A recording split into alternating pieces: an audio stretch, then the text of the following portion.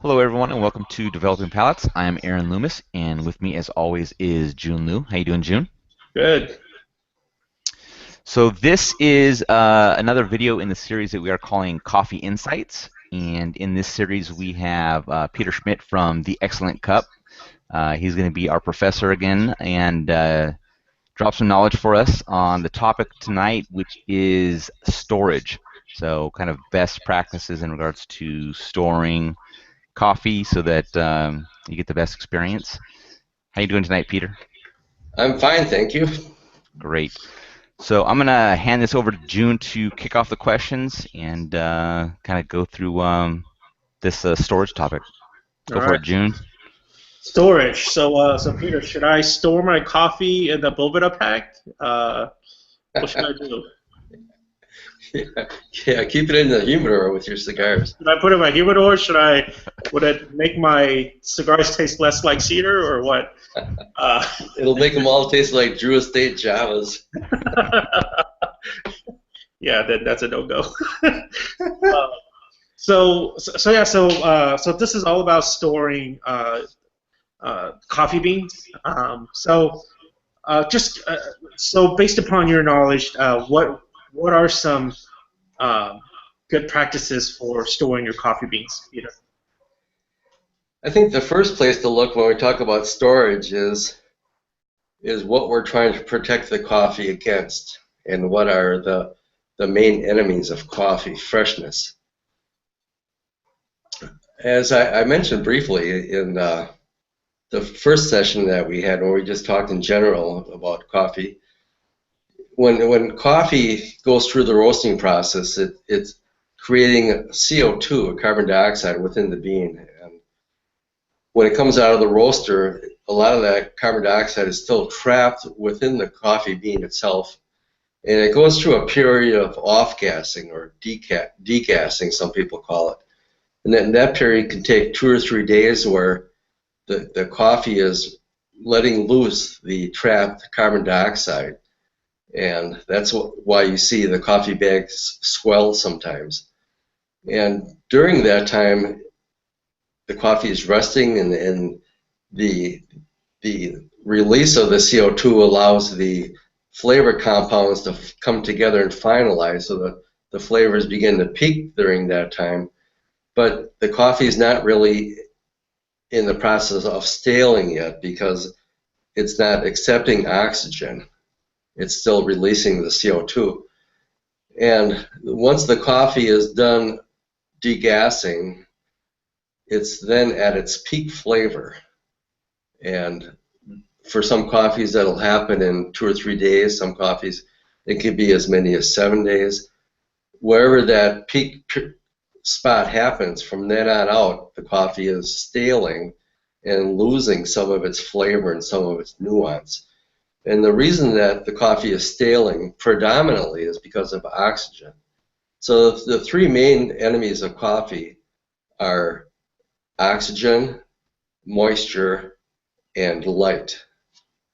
So ideally, the best way to store coffee is in an airtight container that has as little oxygen as possible mixing in with the beans, and a place where there's not excess moisture and it's not in direct sunlight.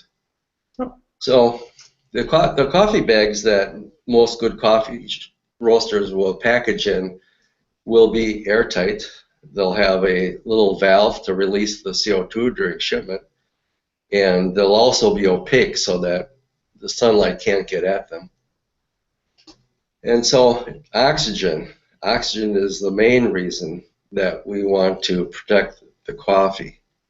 And like we mentioned in the last session about grinding, that's why we don't grind before we're going to use it, because we don't want the oxygen attacking those little coffee particles. got it. So really, what you're saying is I wasn't too far off on my cigar analogy about Yeah. storing. Yeah. Uh, so what about short-term versus long-term storage of coffee? I mean, my understanding is with coffee beans, after I guess it degasses, you want to try to use it up as fast as you can to get the optimal taste out of it. So, um, but let's say that you have a vacation coming up and you want to store that coffee 1+ more month. So is there any ways to go about that, and what's the best ways to go about it? Sure. Freezing coffee is a hot topic amongst a lot of coffee lovers. I am a proponent of freezing coffee myself because if done properly, you don't run any risks with it. There's only upside to it. The main mistake that people make with freezing coffee that I used to make is that, well, two mistakes actually.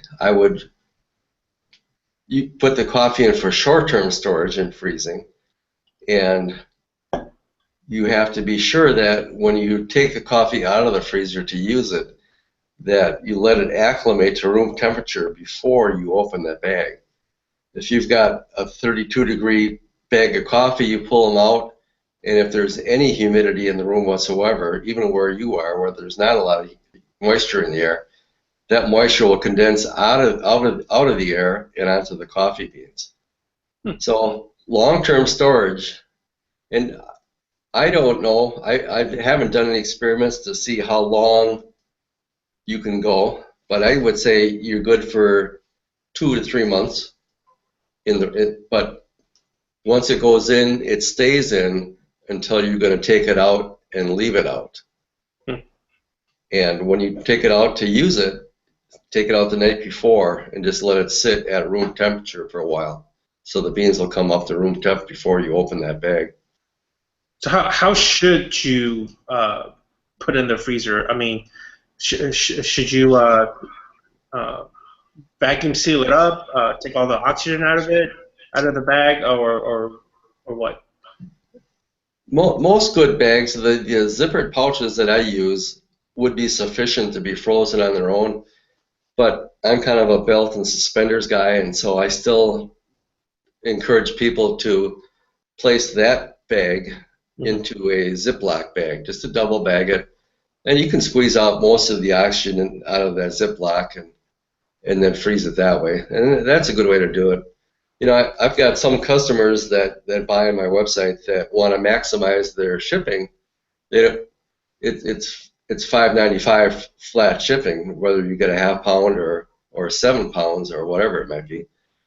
And so they say, I want to get 6 pounds because that way I'm paying $1 a pound rather than $6 for one.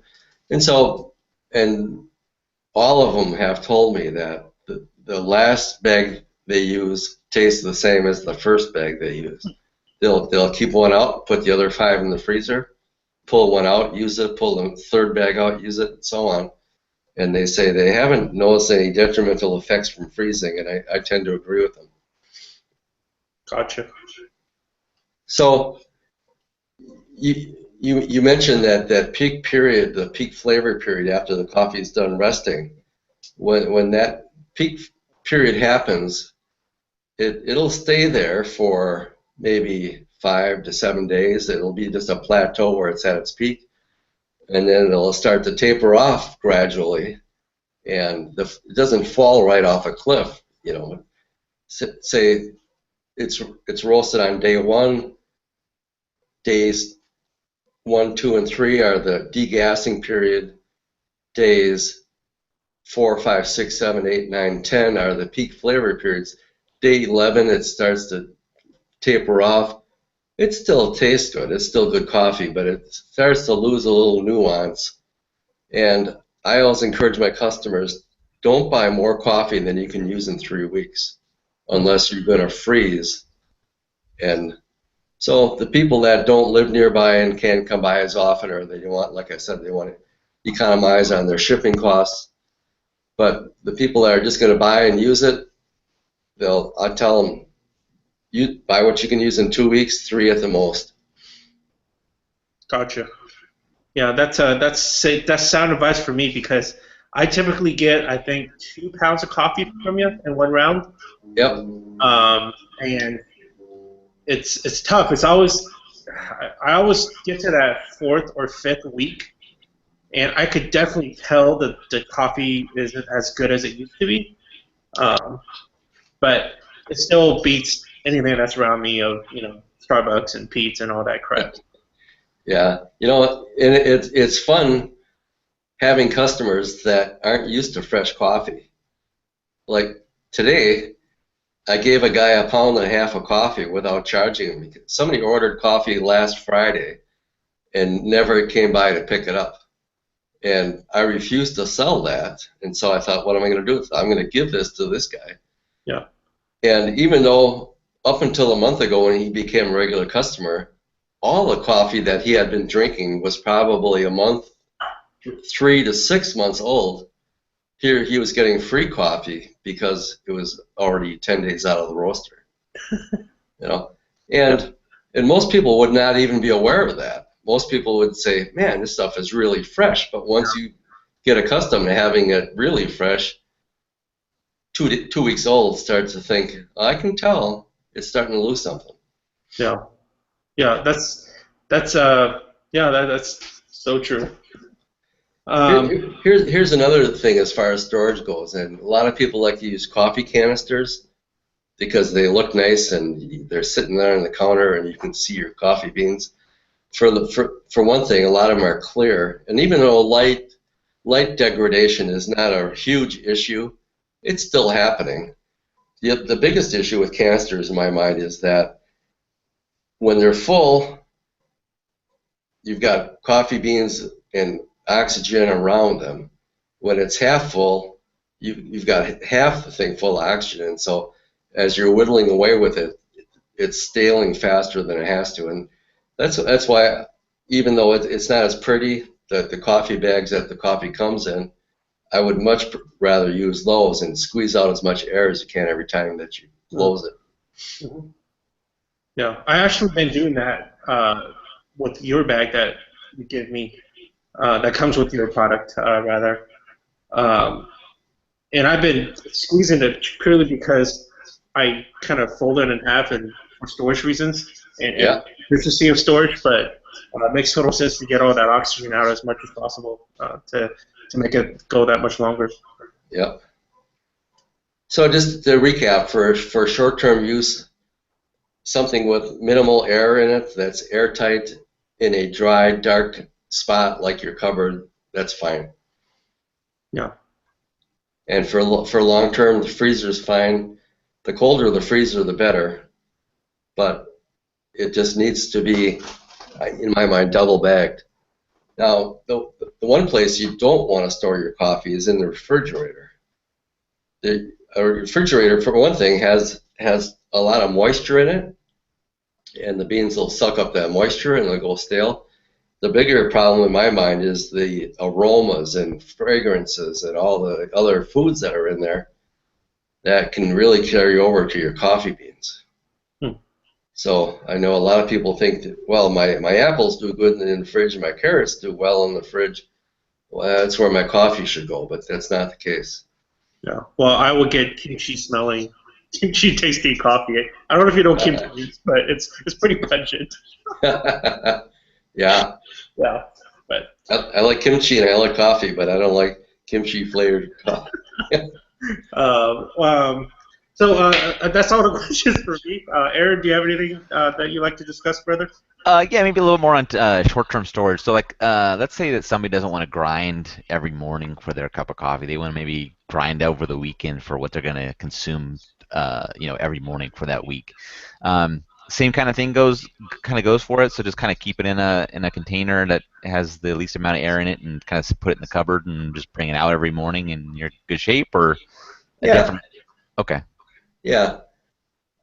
I would say it probably is more of a moot point in that regard, because after you've ground it, you've already commenced that staling process, and regardless of what kind of container you put it into, it's not going to make it fresh. Okay. Yeah. So you're gonna have a better cup of coffee on Monday than you're gonna have on Friday. Yeah. Okay. And there's not much you can do about it. And that's one of the main reasons I'm against the coffee coffee makers with the timers in them, where people will set them up at night so that it starts going and it's ready for them in the morning. Just because they've got to grind them. And now there are some on the market that will grind when the timer goes off in the morning, but I don't know.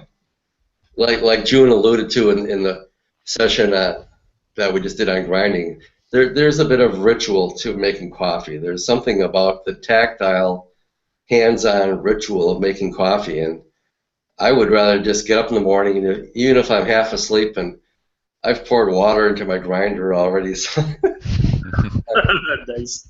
I'm guilty of not being fully awake at all times, but I would still rather take that chance than set it up the night before. So you need to do a K-cup to get you prepped for your real ground coffee for the morning, right? Yeah. I've got some really finely ground coffee next to my bed that I snort some of it. Snuff. Yeah. All right. I think that wraps up this session, right? Or is there anything else on storage that we didn't hit on, Peter? If it does, we'll bring it up in brewing. Sounds good. So be sure to check out Peter's site, theexcellentcup.com. Order some coffee from him. It's excellent. You'll be glad you did, and you might have a new place to get your coffee from now on. Be sure to check out our site, developingpalates.com, especially if you just caught this on YouTube. Be sure to subscribe to us on YouTube so you get notifications from every time we come out a new video in the series or any other topic that we're coming out on. Follow us on all those social media sites, Facebook, Twitter, Instagram. Did I miss any? I don't know. Google Plus. That's what it is. Don't forget Google Plus. It's dying, but maybe you can keep it alive. All right. Thank you again, Jiunn. Thank you again, Peter. And we will catch everybody in the next episode of this series. Great.